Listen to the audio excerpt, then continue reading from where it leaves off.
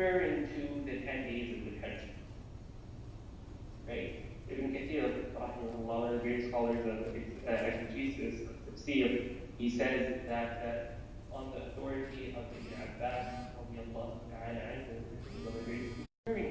he's swearing by these 10 days.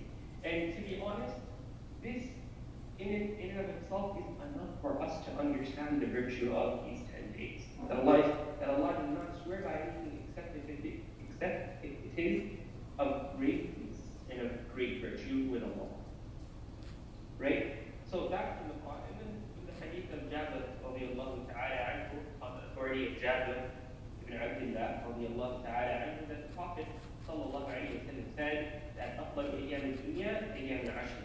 That the Prophet ﷺ said that the best of days in this world, ayyam dunya, of this world in and of itself, are the ayyam al-ashr, are these 10 days. The 10 days of the Hajj.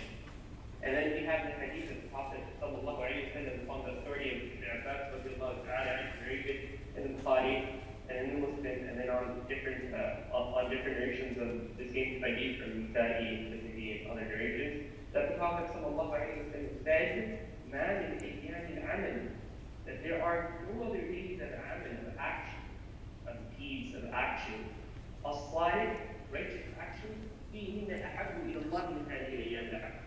That there are no days of action that are better to Allah, that are more beloved, more beloved to Allah than these 10 days. This hadith encapsulates several understandings. The first and foremost being that these are by far the best 10 days that this world ever sees yearly. So the first mechanism, the first meaning that we extrapolate from here is any good deed in these 10 days is the best. Right? So these 10 days are correlated to action. These 10 days equate to action. These 10 days are a virtue generally, because the first hadith that we spoke about addresses the general virtue of this being the best 10 days, and then specifically its virtue in regard to action. Righteous actions. Why? The question is, this hadith answers it. Because it is the most beloved days to Allah. So, to sort of give us an understanding of why it's beloved, Allah tells us, He says because it's the most beloved to Him. So anything beloved to Allah subhanahu wa ta'ala, not just anything, but the most beloved thing to Allah subhanahu wa ta'ala in these 10 days is action. So that should tell us the greatness of these 10 days. So, these 10 days are so great, dear brothers and sisters, that the scholars differ in regard to these 10 days and the 10 nights of Ramadan. There are 3 opinions in regard to this. So the disagreement is, which are better? Are these 10 days better, or are the 10 nights of Ramadan better? There are 3 opinions in regards to this between the scholars. The first one is that these 10 days are better than the 10 days and nights of Ramadan. The second opinion of the scholars is that the 10 days and nights of Ramadan are better than these 10 days, right? That's the second opinion. The third opinion is an opinion that is in the middle, in between the two, which is the opinion of Ibn Taymiyyah, which is that the 10 days, as in the daytime of these 10 days, is better than the days in the daytime of the 10 days of Ramadan, like the last 10 days. And the nights of Ramadan are better than these 10 nights, right? And this is an in-between opinion, right? So this is what Ibn Taymiyyah has to say, that the 10 days of the Hijjah are more greater in virtue than the 10 days of Ramadan, except the nights. For the nights of Ramadan, the last 10 nights are greater virtue, right? But when you look at it overall, what that means is that the nights of the Hijjah virtue. Obviously, they don't, the 10 nights sort of are better in virtue, but overall, these 10 days are better. Day and night together. So if you were to accumulate virtue, these 10 days are better overall. But the 10 nights of Ramadan are better as nights, if that makes any sense. A bit confusing. So just keep it at 10 days of the Hajjah being better than 10 nights of Ramadan being better at 4 nights. So what this shows us is that there is a great similarity in between the 10 nights and these 10 days. What that means is there is similarity in the barakah of these 10 days. There is a similarity in the virtue, and then within the virtue, the afdaliyya, which is a superlative term, as in the greatest of these 10 days. So just like how there's a difference of opinion in Ramadan as to when Laylatul Qadr is, because Laylatul Qadr, the night of power, is the greatest of the nights, and there is a difference of opinion. There is also a difference of opinion in regards to these 10 days, which are the best of the days. Is it the day of Arafah? Is it the day of Nihar, which is the day of Eid, or the day after that, the 10th day? Which day is the best? Because it is of such virtue, right? So, honestly, it should be enough for you to understand that there is a difference of opinion that which are better, the Ramadan last 10 days or this in of itself, this difference of opinion between the scholars in and of itself should show you the essence and the magnificence of these 10 days. And what's really sad is we understand the virtue of the 10 nights, so we work hard in them. We will, plan our routines, take time off, do whatever. A lot of us will go to Interac in the masjids. A lot of us will try to finish our Quran.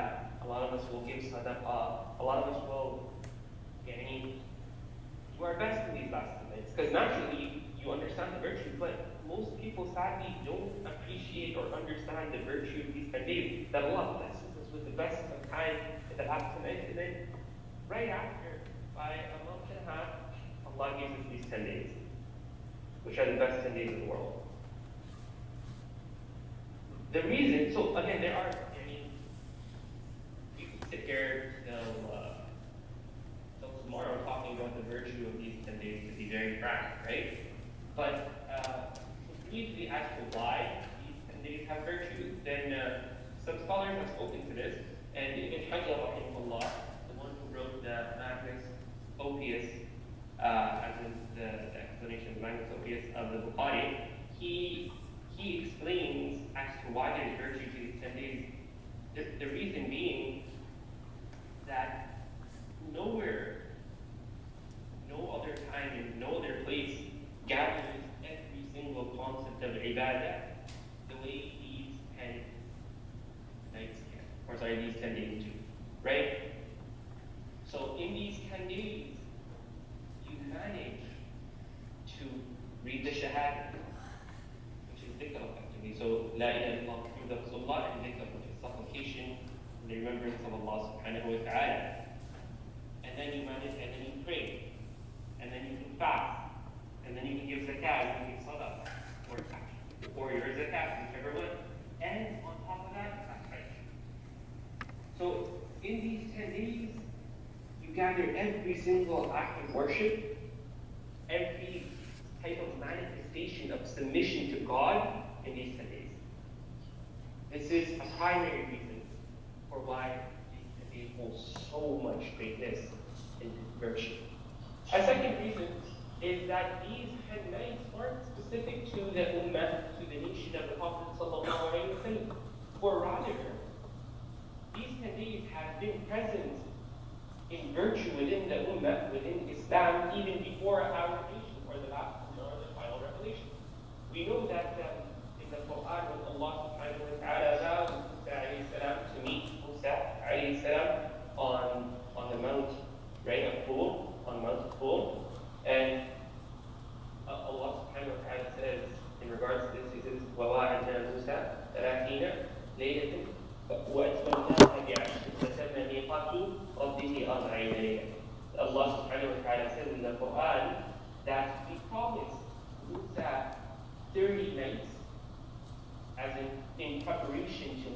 Allah, and then we completed it with 10 nights. We completed it with 10 nights or 10 days. So the ayah specifically says 10 days, right? These 10 days being the 10 days of Dhul Hijja. So the whole of Dhul Qa'dah, which is the previous month, Musa alayhi salam fasted in preparation to meet his Lord, to meet his Creator. And then Allah subhanahu wa ta'ala completed this by adding the first 10 days of the Hajj. This can also be seen, so this is, of course, this is narrated by Ibn Kathir rahimahullah in his tafsir, in his exegesis of the Quran. And then this is also mentioned in the hadith of the Prophet sallallahu alayhi wa sallam, where Musa alayhi salam finished his 30 days, and then Allah subhanahu wa ta'ala said to him, Ya Musa, O Musa, do you not want to meet your Lord in the best of states? Fast these 10 days. So then Musa alayhi salam fasted these 10 days before meeting Allah subhanahu wa ta'ala. So it's not just like this virtue was given to the Prophet sallallahu alayhi wa sallam and to our ummah, but rather it's been there even in previous ummah, in previous nations. Okay, so I think we'll leave it at that in regards to the virtue of the 10 days. So I hope we all understand,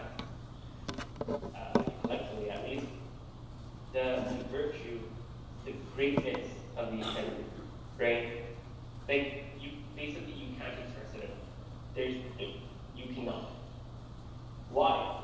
Because expression needs to lead to action, right? Because you need to be ready for these 10 days. And even though they've already started, and we are into them now, but they haven't gone too far. We're only done 2-3 nights. This will be our 3rd or 4th night today, inshallah. So we still need to prepare ourselves to finish this.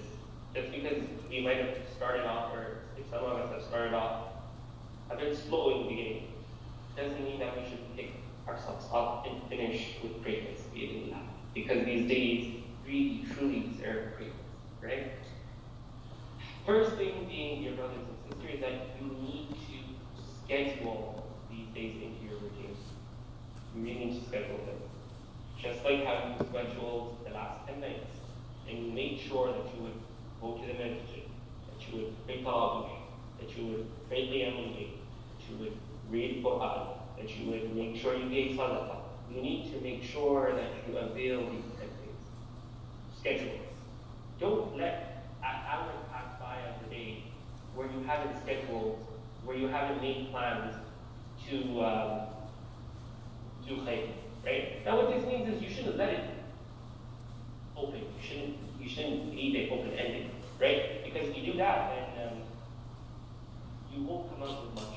Rather, to show the importance of these 10 days, schedule it with timings and with amounts. So say, for instance, in regards to dhikr, in regards to remembrance of Allah, how many times are you going to do the takbirat? We know that the takbirat are generally must be read with Allahu Akbar, Allahu Akbar, La ilaha illallah, Allahu Akbar, Allahu Akbar, Allahu Akbar. Obviously, there are specific categories. One is general, so you should always be reading it, right? And then there's specifically aftercare, which holds a special type of virtue. So make sure that's always on your tongue. But other than that, other than the general, yeah, read Quran, that's good, yeah, there's no schedule in it, right? Make sure that, okay, today I'm going to spend this many hours or this amount quantified by time or amount, right? This is how much I'm going to do today.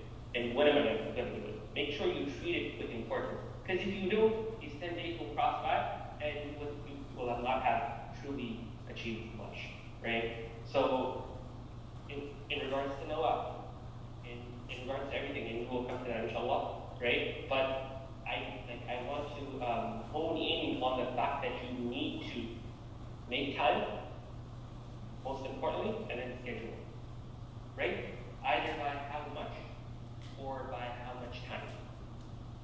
This is very, very, very important. Because just think about it, right? If you were going to go meet the Prime Minister or a king or anyone, and you were given an allotted time, right? And this is very special, right? You would make sure that you planned every minute of what you would say to him and what you would do with that time that you're expected to. So now Allah is giving you these 10 days, 10 fulfill your good deeds, right? And if you don't plan for it and schedule it, that clearly means that we are not truly appreciating this amazing time that we're given from Allah, right? So Allah is more important than any other person that we may ever meet in life, because He is our Creator, and He is the one who we submit to, because He has full right of this, and we must submit to Him. And if He is giving us this virtue, then we should try our best to make time, to schedule, to do what needs to be done, right? So this is in regards to how to prepare. Now, inshallah, let's briefly speak about what should we do in these 10 days, right? The first thing is that we should complete our salah. We should do what is obligatory, what is mandatory, what is necessary. Because it's not only our general actions greater in these 10 days, but salah, what is mandatory, is greater. So your 5 daily prayers in these 10 days is more greater than your 5 daily prayers outside of these 10 days. And I want you to take that in. Your 5 daily prayers in these 10 days hold more virtue than your 5 daily prayers outside of these 10 days. So if, say for instance, you weren't waking up to Hijja, or you prayed any of your prayers late, bring these on back, because Allah subhanahu wa ta'ala loves that which He has made obligatory, and He loves it even more in these 10 days. Next up, after you make sure that your obligatory actions and those things that are legislated upon you are being fulfilled, make sure that your nawafil, that your voluntary acts of worship are also in great numbers and amounts, right? Because if you, now obviously we've mentioned a few of the textual evidences in regards to the virtue of these 10 days. When you put them all together and when you look at it from like a more broader picture, you come to realize that these 10 days, as we mentioned in the beginning, are literally for action, literally for good, for worship, so that you can make the best of it. So now, the question comes to what type of nawafil, what type of voluntary actions? Well, the scholars, they understand that those types of actions in which you are representing the greatness of Allah, where you are fulfilled, where you are making sure that your actions are glorifying Allah, right? Why? Just why? Because basically Allah subhanahu wa ta'ala says He loves these things. So love equates to greatness. Just like that, Hajj is prescribed in these 10 days. Hajj is symbolic. It is acts that glorify Allah physically, right? You are going, you are submitting, everyone is dressed the same, everyone is humbled, everyone is in front of Allah, worshiping Allah, submitting to Allah. So greatness of Allah, right? Just like that, the wordings, the Hadith Prophet we had to speak with Tahmeen, where the Prophet is telling us, he is urging us to do the tasbih, Allah, Allah is the greatest, Allah is the greatest, Allah is the greatest. La ilaha illallah, there is no need for any word except Allah, Allahu Akbar. So basically, effectively, these 10 days are all actions that glorify Allah or represent the greatness of Allah. So those types of nawafil must be attended to. Right? Now, what this means is you need to have variation and a veracity of actions of worship, of nawafil specifically. Because now we're speaking about nawafil, right? So now you need to make sure that you have a spectrum of good deeds that you're doing. Not one, not two, but several. So don't just focus on a single action, right? Because if you look at the set of the pious predecessors and how they understood these 10 days, it's narrated upon them that, say for instance, Sa'id ibn Jubair radiallahu ta'ala, it's narrated upon that he would take on so much in these 10 days that he wouldn't be able to complete. As in, he would take that much on. He would do that much in these 10 days that people would think that he won't be able to do it. Right? So make sure that you're doing all sorts of different actions of worship, right? So make sure you're doing salah every day. Make sure you're reading Quran a lot, either an amount or an amount of hours you shall read or an amount of time. Make sure you are praying nawafil as actual acts of worship, right? A trick here is, dear brothers and sisters, is that do actions of worship that will not hurdle you from doing other acts. So the idea is, be efficient. So say for instance, if fasting is difficult upon you because of the time, because of how long the days are, because fasting maybe isn't just the strongest ibadah or act of worship that you do, right? It's just not. So say for instance, if worshiping Allah through fasting is something that takes a toll on you mentally, physically, it doesn't allow you. If it doesn't allow you to do other acts of worship, then leave it and do the other acts, right? So say for instance, somebody who fasting upon them is difficult, right? You don't need to fast. You don't, right? You need to make sure that you're doing as many other actions of worship.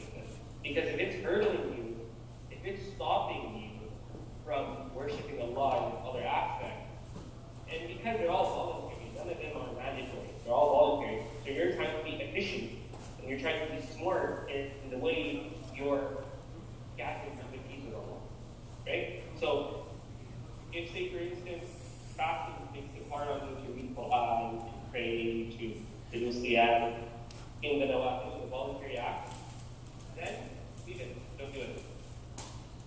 Right? If it doesn't, then do it. But specifically on the day of Arafah, it's highly suggested that you fast on the day of Arafah, which is the next day. Right? Now, voluntary actions. What does that exactly mean? What are voluntary actions? Voluntary actions, your brothers and sisters, are of two facets. They are of two dimensions. Internal and external. Yes. So internal voluntary acts of worship are extremely important in these 10 days. The a'mal, the actions of the heart, are very important in these 10 days. Love for Allah, magnifying that, fear of Allah, pondering over creation, pondering over the ma'ani of creation, reflecting on Allah subhanahu wa ta'ala, just pondering love, fear, dhikr, and all of these acts of worship